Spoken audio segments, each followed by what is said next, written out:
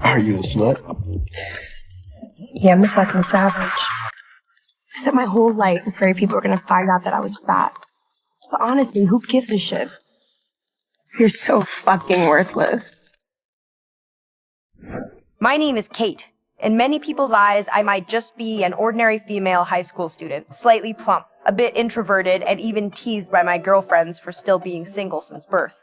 Bitch, this isn't the 80s. You need to catch a dick. It might sound unbelievable, but a few years ago, I was a completely different person. I was a natural optimist, the girl who laughed the loudest in a crowd. Daniel walked into my life back then. He waits for me outside the school without fail every early morning, just to hold my hand and walk with me through the corridor bathed in sunpon. Unfortunately, the sweetness came to an abrupt end after a summer vacation. That year, my family and I traveled to Jamaica.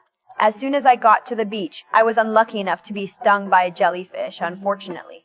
For the rest of the trip, I had to give up all water activities. My only pleasure was tasting all kinds of delicious food, and I was especially obsessed with the local specialty drink, pina colada. I drank a total of 72 cups in 8 days. That cold and sweet taste made me feel as if I were in a fairyland. When the vacation ended, I had gained a whole lot of weight. Even my girlfriend Mandy could barely recognize me. Oh my god, what happened? 最近大家都说我更新慢，因为我忙着收拾家里，把闲置回收了。之前没时间一个个卖，又懒得扯皮，干脆叫转转上门全部打包回收了。没想到这些主机、相机、投影仪啥的加起来有4、5千呢。要我说，谁家没几个闲置啊？想轻松处理，我强烈推荐转转。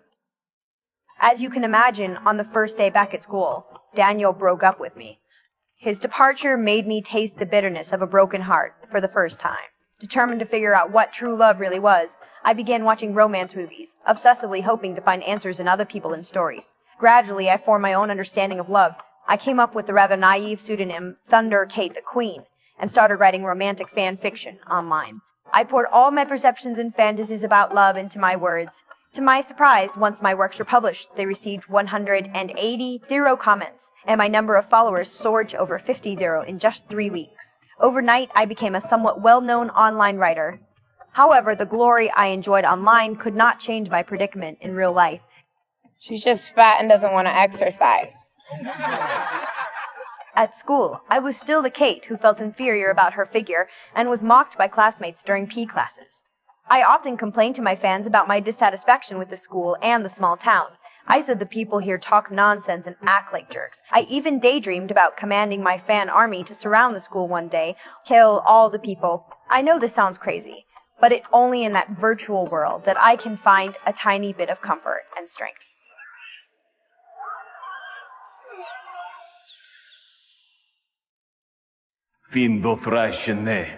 It's me, Thunder Kit Kat.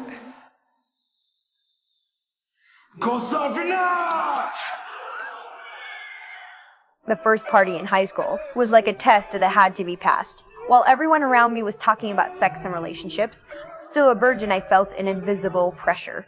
To get rid of the label of a shy, ignorant, fat girl, I had sex with an unfamiliar boy. It was a terrible experience, completely devoid of respect. I felt like a used object, but in front of my close friends, I pretended it had been an amazing experience. Just lost my virginity. Are you fucking serious? With who? This guy from St. Mary's. How did you like it? It was nice. Yeah. Oh my god, my little slut, I'm so proud of you. Not long after, a video from the party spread online. Though only my back was visible, my body shape made me easily recognizable. The principal called me in trying to make me confess and show remorse, but I left him speechless, with just a few words. Sheer curiosity, what could have possibly led you to believe that it was?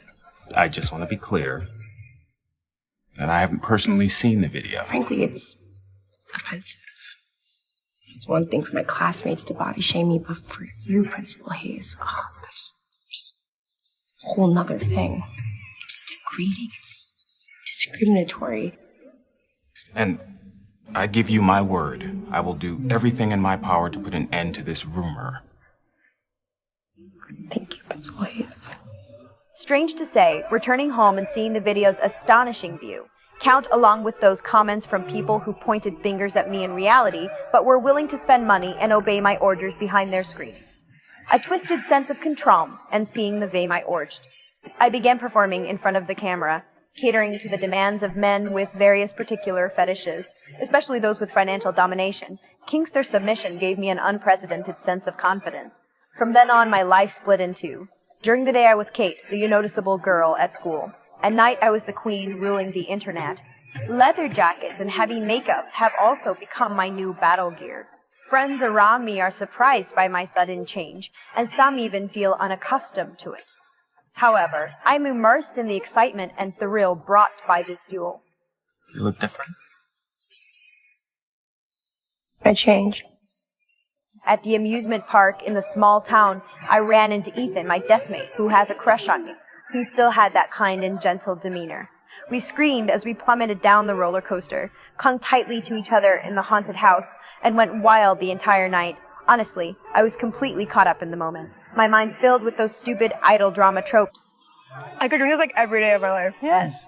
How about you grab another slushie, I go get more tickets, and then get super drunk and ride the Ferris wheel. Deal. Okay. Okay. All right. All right.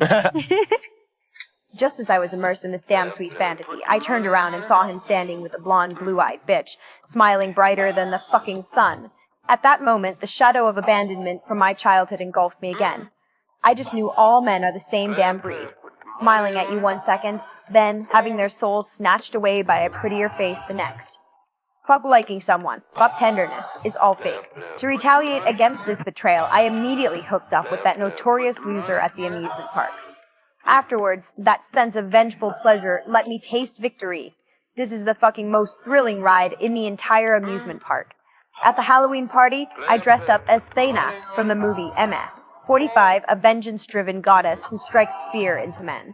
At the party, Ethan approached me again. I still tried to push him away with that same rhetoric. I only wanted physical intimacy, not emotional involvement. I even cruelly mocked him for being a virgin. Unexpectedly, he did leave. Instead, he was surprisingly gentle and sincere towards me, which shattered my defenses in an instant. Later in the party, I also ran into Daniel, my first love from childhood. In a moment of impulse, I slept with him. Only afterwards did I realize he didn't even remember we had ever been together. We dated? Yeah, in 6th grade. You and me? Yeah, for like 5 months. I literally have no recollection of that. That sentence cut me like a sharp knife. 2 turned out I meant nothing more than a passing thought in his life. Later, at a friend gathering at Casey and Place, this incident became the trigger for the breakdown in my relationships with my friends. Casey was troubled by her secret affair with Daniel and torn over whether to tell her boyfriend. I told her straight up, "Don, don't worry about it. You two won't be together forever anyway." Maddie immediately accused me of being bitter and mean, saying I was nothing like a true best friend should be.